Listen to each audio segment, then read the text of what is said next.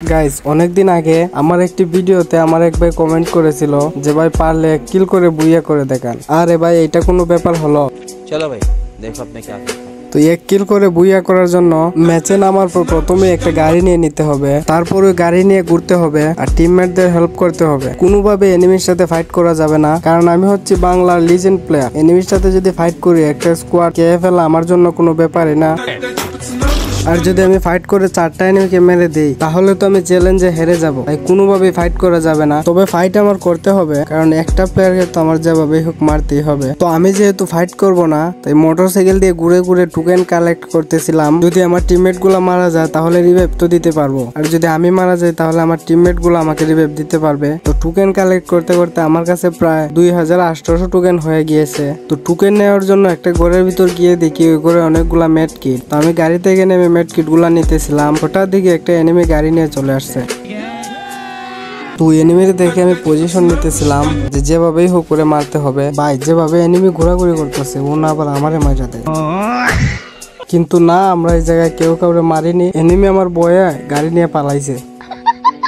যাক, পালাইছে, কোনো রিস্ক নিয়ে লাভ নাই। একটা কিল আমি ইজিলি করতে পারবো। কিল তো করতে পারবো ঠিকই, কিন্তু বুইয়াটা কিভাবে করবো? হঠাৎ আমার মাথায় আসলো যেহেতু আমি টোকেন কালেক্ট করতেছি, টোকেন দিয়ে যদি সুপারমেট কিট কিনি তাহলে তো পুশ করে বুইয়া করতে পারবো। কোনোভাবে একটা কিল করার পর গাড়ি নিয়ে ঘুরতে থাকবো। তো সেই অনুযায়ী আমি একটা ওয়ার চিস্টে যাই আর গিয়ে ওয়ার চিস্ট থেকে সুপারমেট কিট নর্মাল মেট কিট নিয়ে নেই। তো মেট কিট কেনার পর দেখি জুন অনেক ছোট হয়ে গেছে, তাই আমি তাড়াতাড়ি জুনের ভিতর যাই, মানে সেফ জোনে যাই। সেফ জোনে যাওয়ার পর দেখি আমার একটা টিমমেট চাঁদের দেশে চলে গেছে। তো আমি আবার জোনের বাইরে চলে যাই, ফ্যাক্টরিতে গিয়ে আমার টিমমেটটাকে আবার রিভাইভ দিয়ে দেই। আর রিভাইভ দিয়ে সেফ জোনে আসার পর আমি গাড়ি নিয়ে ঘুরতেছি আর আমার টিমমেট গুলো এনিমির সাথে ফাইট করতেছে। আর একজন একজন করে সবাই চাঁদের দেশে চলে গেছে। আর আমি এনিমিদের সাথে সাথে গাড়ি নিয়ে ঘুরতেছি। আর ঘুরতে ঘুরতে জুন একদম ছোট হয়ে গেছে। এনিমি মাত্র 4 জন এলায়, কিন্তু এখনো কিল করতে পারিনি। এইটা কোনো কথা? সবগুলো এনিমি গাড়ি চালাইতেছিল। ফাইট করে যে মারবো এমন কোনো সিস্টেমই নাই। যদি এমন হয় যে কোনো এনিমি গাড়ি থেকে নামলো আর গাড়ি দিয়ে ধাক্কা দিয়ে মেরে দিলাম, এছাড়া তো আমি কোনো আর পথই দেখতেছি না। যাই হোক না কেন আমি গাড়ি থেকে নামতেছি না। তো এনিমি গাড়ি থেকে নামতেছিল, উঠতেছিল, আমি ট্রাইও করতেছিলাম গাড়ি দিয়ে ধাক্কা দেওয়ার, কিন্তু একটা এনিমিকেও ধাক্কা দিতে পারিনি। আর জুনও একদম লাস্টের দিকে এসে গেছে। এনিমিও একটা একটা করে জুনে এলিমিনেটেড হয়ে যেতেছে, কিন্তু এখনো আমি একটা কিল করতে পারিনি।